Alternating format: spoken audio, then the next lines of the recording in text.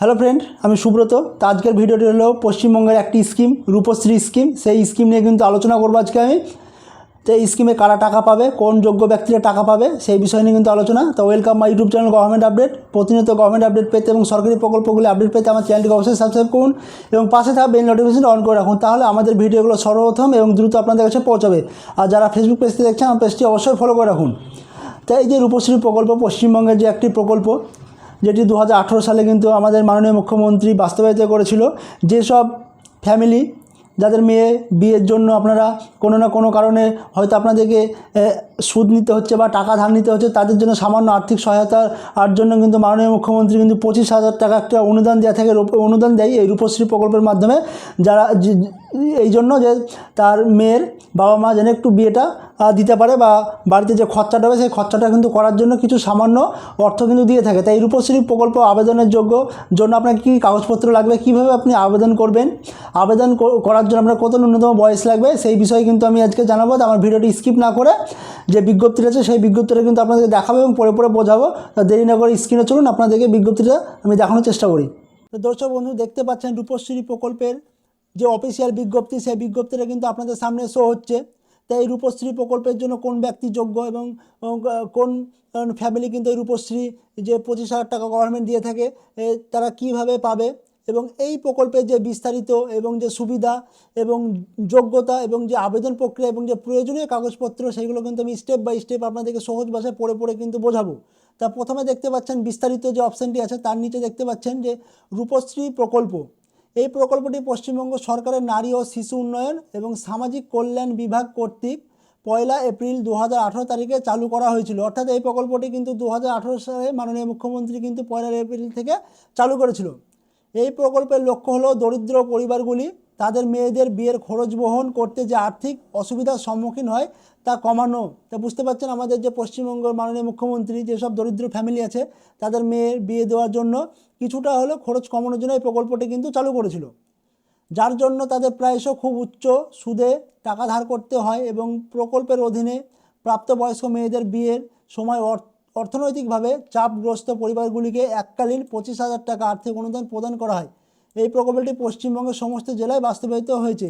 অর্থাৎ যেসব দুস্থ ফ্যামিলি আছে এবং যেসব গরিব ফ্যামিলি আছে এবং যেসব মেয়েরা কিন্তু 18 বছর পার হয়ে কিন্তু যেসব মেয়েদের কিন্তু বিয়ে হচ্ছে, তাদেরকে কিন্তু এককালীন আমাদের পশ্চিমবঙ্গ সরকার 25,000 টাকা কিন্তু আর্থিক অনুদান দিয়ে থাকে। তো এই সুবিধা কারা পাবে সেটাই কিন্তু এখন আমরা দেখে নেব। তা দেখতে পাচ্ছেন, এই প্রকল্পের অধীনে প্রাপ্তবয়স্ক কন্যারা বিয়ের সময় অর্থনৈতিকভাবে চাপগ্রস্ত পরিবারগুলি এককালীন কিন্তু 25,000 টাকা আর্থিক অনুদান প্রদান করা হয়। এরপরে নিচে দেখতে পাচ্ছেন, এই প্রকল্পের আর্থিক সুবিধা আবেদনকারীর নামে এককভাবে ধারণ করা একটি ব্যাঙ্ক অ্যাকাউন্ট সরাসরি ব্যাঙ্কে হস্তান্তরের মাধ্যমে প্রদান করা হবে। অর্থাৎ যে আবেদন করবে যে মহিলা, তার কিন্তু একক ব্যাঙ্ক অ্যাকাউন্ট প্রয়োজন। সেই ব্যাঙ্ক অ্যাকাউন্টেই কিন্তু সেই টাকাটি আপনার প্রদান করবে বা সরকার কিন্তু দিবে। এরপরে দেখতে পাচ্ছেন, অনুমোদিত অনুদান IFMS এর মাধ্যমে আবেদনকারীর ব্যাঙ্ক অ্যাকাউন্টে স্থানান্তরিত হয়। প্রস্তাবিত বিবাহের তারিখের কমপক্ষে 5 দিন আগে তহবিল স্থানান্তর সম্পন্ন করতে হবে। অর্থাৎ আপনার বিয়ের 5 দিন আগে কিন্তু এই যে IFMS আছে, এই IFMS কিন্তু আপনার বিয়ের 5 দিন আগে কিন্তু আপনার যে টাকা 25,000 টাকা অনুদান কিন্তু আপনার ব্যাঙ্ক অ্যাকাউন্টে কিন্তু পৌঁছে দেবে। এরপরে দেখতে পাচ্ছেন যে যোগ্যতা, তো কোন ব্যক্তি এই প্রকল্পের জন্য আবেদন করতে পারবে। তা দেখতে পাচ্ছেন 1 নম্বরে আছে, আবেদনকারীকে এমন একজন মহিলা হতে হবে যিনি বিবাহের প্রস্তাব দেন। 2 নম্বরে দেখতে পাচ্ছেন, আবেদনকারী বয়স 18 বছর পূর্ণ হতে হবে। 3 নম্বরে দেখতে পাচ্ছেন, আবেদনকারীকে আবেদন জমা দেওয়ার তারিখে অবিবাহিত হতে হবে। এবং 4 নম্বরে দেখতে পাচ্ছেন, প্রস্তাবিত বিবাহিতা তার প্রথম বিবাহ হওয়া উচিত। অর্থাৎ প্রথম বিবাহ যিনি করবেন তিনি কিন্তু এই প্রকল্পে আবেদন করতে পারবেন। 5 নম্বরে বলছে, আবেদনকারীর জন্ম পশ্চিমবঙ্গ হতে হবে অথবা তিনি গত 5 বছর ধরে পশ্চিমবঙ্গের বাসিন্দা হতে হবে অথবা তার মা বাবা পশ্চিমবঙ্গের স্থায়ী বাসিন্দা হতে হবে। 6 নম্বরে দেখতে পাচ্ছেন, আবেদনকারীর পারিবারিক আয় বার্ষিক 1.5 লক্ষ এর বেশি হওয়া উচিত নয়। অর্থাৎ আপনার যে পারিবারিক আয় সেটা কিন্তু 1.5 লক্ষের কম হতে হবে। 7 নম্বরে দেখতে পাচ্ছেন, তার সম্ভাব্য বরের বয়স 21 বছর পূর্ণ হওয়া উচিত। অর্থাৎ আপনার যে পাত্রপক্ষ আছে তার বয়স কিন্তু অন্তত 21 হতে হবে এবং যে মেয়ে আছে বা যে কন্যা আছে তার কিন্তু 18 বছর বয়স হতে হবে এই প্রকল্পে আবেদনের জন্য। এটাও দেখতে পাচ্ছেন যে 8 নম্বর পয়েন্টে আছে। 8 নম্বর পয়েন্টে বলছে আবেদনকারীকে একটি সক্রিয় ব্যাঙ্ক অ্যাকাউন্ট থাকতে হবে, যার জন্য তিনি এই একমাত্র অ্যাকাউন্টধারী, অর্থাৎ তার সিঙ্গেল ব্যাঙ্ক অ্যাকাউন্ট দরকার। এবং ব্যাঙ্ক অ্যাকাউন্ট এমন একটি ব্যাঙ্কে থাকতে হবে যে ব্যাঙ্কের আপনার আইএফসি কোড এবং আপনার এমআইসিআর কোড এবং এনইএফটি এর মাধ্যমে পেমেন্টের লেনদেন করে। এরপরে দেখতে পাচ্ছেন আবেদন প্রক্রিয়া। তো দেখতে পাচ্ছেন আবেদন প্রক্রিয়া কিন্তু অফলাইন, যে অফলাইন প্রক্রিয়া সেটা কিন্তু দেখতে পাচ্ছেন ধাপ 1 আবেদনপত্রের প্রাপ্তি, অর্থাৎ আবেদনপত্রগুলি বিনামূল্যে পাওয়া যাবে এবং সারা বছর ধরে সমস্ত ব্লক, মহকুমা এবং পৌর কর্পোরেশন অফিসে পাওয়া যাবে। আবেদনকারীরা নিম্নলিখিত লিঙ্কটি ব্যবহার করে অফিসিয়াল পোর্টাল থেকে আবেদন ও ডাউনলোড করতে পারেন। এরপর দেখতে পাচ্ছেন 2 নম্বর পয়েন্টে বলছে যে আবেদনপত্র এবং সহায়ক নথি এবং জমা দেওয়া। আবেদনপত্র জমা দেওয়া, সহায়ক নথিপত্র যাচাই করা এবং নিবন্ধন করা হবে আবেদনকারীর বাসস্থান যে ব্লক, মহকুমা বা পৌর কর্পোরেশন অফিসের অধীনে অবস্থিত সেই অফিস কর্তৃক। অর্থাৎ আপনি যদি পৌরসভা এলাকায় বাস করেন পৌরসভায় করবে, এবং যদি আপনি ব্লকে বাস করেন বা আপনার বিডিও আন্ডারে বাস করেন সেখানে কিন্তু আপনার নথিপত্র যাচাই করবে। এরপর বলছে নোট।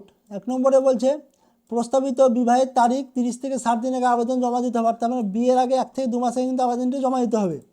এরপর বলছে প্রতিটি আবেদনপত্র একজন তদন্ত কর্মকর্তার কাছে জমা দেওয়া হবে, যিনি মাঠ পর্যায়ে যাচাই করবেন এবং একটি তদন্ত প্রতিবেদন জমা দিবেন। আবেদনকারীর অবস্থানের গ্রামীণ পৌর কর্পোরেশন এলাকা উপর ভিত্তি করে যাচাইকরণ প্রক্রিয়া পরিবর্তন করা হবে। এরপরে দেখতে পাচ্ছেন অনুমোদনকারী কর্মকর্তা বিডিও, এসডিও, কমিশনার সফলভাবে যাচাইকৃত সফল করে আবেদনপত্র মঞ্জুর করবেন এবং নেতিবাচক রিপোর্ট থাকা অথবা অযোগ্য আবেদনপত্র প্রত্যাখ্যান করবেন। যে আবেদনকারীরা আবেদন প্রত্যাখ্যান করা হয়েছে তাকে এই প্রত্যাখ্যানের বিষয় অবিবাহিত করা হবে। তার নিচে দেখতে পাচ্ছেন অঙ্কন ও বিতরণ কর্মকর্তা আইএফএমএস এর মাধ্যমে আবেদনকারী ব্যাঙ্ক অ্যাকাউন্টে অনুমিত অনুদান স্থানান্তর করবেন এবং প্রস্তাবিত বিবাহের তারিখ কমপক্ষে 5 দিনে কিন্তু তহবিল স্থানান্তর করা হবে, অর্থাৎ 5 দিন আগেই কিন্তু আপনার যে টাকাটি অনুদান হবে সেটা কিন্তু আপনার ব্যাঙ্ক অ্যাকাউন্টে পৌঁছে দেবে। এরপরে হচ্ছে প্রয়োজনীয় কাগজপত্র, অর্থাৎ রূপশ্রী প্রকল্প আবেদন করার জন্য যেসব কাগজপত্রগুলো কিন্তু আপনার প্রয়োজন। তো 1 নম্বরে বলছে আপনার আধার কার্ড লাগবে। এরপর 2 নম্বরে বলছে আবেদনকারীর বয়সের প্রমাণপত্র, নিম্নলিখিত যে কোনো একটি স্বপ্রত্যয়িত ফটোকপি, জন্ম শংসাপত্র, ভোটার আইডি কার্ড অথবা প্যান কার্ড অথবা মাধ্যমিক প্রবেশপত্র অথবা আধার কার্ড অথবা প্রাথমিক বিদ্যালয়ে ত্যাগের শংসাপত্র। অর্থাৎ দেখতে পাচ্ছেন অবলিক দিয়ে কিন্তু বোঝাচ্ছে আপনাকে এখানে ভোটার কার্ড অথবা মাধ্যমিক প্রবেশপত্র, আধার কার্ড, মাধ্যমিক প্রবেশপত্র, আপনার যে মাধ্যমিক অ্যাডমিট কার্ড সেইটি কিন্তু এখানে বোঝানো হয়েছে। 3 নম্বরে বলছে অবিবাহিত অবস্থা আবেদনপত্রের স্বঘোষণাপত্র, মানে আপনার একটা যে আবেদন করবেন সেই আবেদনপত্র যে আপনার ফর্ম সেটাকে বোঝানো হয়েছে। 4 নম্বরে বলছে পারিবারিক আয় উপযুক্ত কর্তৃপক্ষ কর্তৃক প্রদত্ত স্বঘোষণাপত্র, এখানে কিন্তু আপনার পারিবারিক আয় বা ইনকাম সার্টিফিকেট কিন্তু লাগবে। এরপর বলছে বসবাসের প্রমাণপত্র উপযুক্ত কর্তৃপক্ষ প্রদত্ত স্বঘোষণাপত্র, আপনি যেখানে বাস করেন তার কিন্তু একটা প্রমাণপত্র লাগবে। এবং বলছে ব্যাঙ্ক অ্যাকাউন্ট বইয়ের একটি পৃষ্ঠা সম্পাদিত ফটোকপি, যেখানে অ্যাকাউন্টধারীর নাম, অ্যাকাউন্ট নম্বর, ব্যাঙ্ক ঠিকানা, আইএফসি কোড এবং অন্যান্য বিবরণ সম্পূর্ণ বিবরণ রয়েছে। অর্থাৎ আপনার ব্যাঙ্ক অ্যাকাউন্টের যে একটা প্রথম পাতার কিন্তু জেরক্স আপনাকে দিতে হবে। এরপর বলছে 7 নম্বর প্রস্তাবিত বিবাহের প্রমাণ, নিম্নলিখিত যে কোনো একটি বিবাহের আমন্ত্রণপত্র, বিবাহ নিবন্ধনের বিজ্ঞপ্তি, অর্থাৎ আপনার যে আপনি বিয়ে করছেন সেই বিয়ের যে আপনার নিমন্ত্রণ কার্ড সেই কার্ডের কিন্তু এক কপি জেরক্স কিন্তু আপনাকে লাগবে। এরপর 8 নম্বরে বলছে সম্ভাব্য বরের বয়সের প্রমাণ, নিম্নলিখিত যে কোনো একটি ফটোকপি, জন্ম শংসাপত্র, voter ID card, pan card, মাধ্যমিক প্রবেশপত্র, আধার কার্ড, প্রাথমিক বিদ্যালয় ত্যাগের শংসাপত্র। অর্থাৎ আপনার যার সাথে বিয়ে হচ্ছে সেই পাত্রপক্ষের কিন্তু একটি আইডেন্টি কার্ড কিন্তু লাগবে, সেখানে কিন্তু আপনার বয়সের কমপক্ষে 21 বছরের ততোধিক হওয়া উচিত। 9 নম্বরে বলছে আবেদনকারী এবং সম্ভব বরের রঙিন পাসপোর্ট সাইজের ছবি লাগবে, অর্থাৎ আপনার যার সাথে বিয়ে হচ্ছে বর এবং কনের কিন্তু দুজনেরই কিন্তু 1 কপি করে রঙিন পাসপোর্ট ছবি লাগবে। তা এই ছিল আজকে আমাদের মূল ভিডিও, যে রূপশ্রী প্রকল্পের জন্য আপনার যে সক্রিয় যে আবেদন প্রক্রিয়া, আপনার যে যোগ্যতা, প্রয়োজনীয় কাগজপত্র কিন্তু কী কী লাগবে সেগুলো কিন্তু আমি বোঝালাম এবং বললাম। তো এখন কিন্তু বিয়ের মরশুম চলছে, যে সেই জন্য কিন্তু আপনারা রূপশ্রী প্রকল্পে আবেদন করুন এবং সরকারের যে স্কিম সেই স্কিমের কিন্তু যে স্কিমের যে আপনার 25,000 টাকা সেই টাকাটা কিন্তু আপনারা লাভ উঠান। আর আমার ভিডিওটি যদি ভালো লেগে থাকে অবশ্যই লাইক, শেয়ার, সাবস্ক্রাইব করবেন।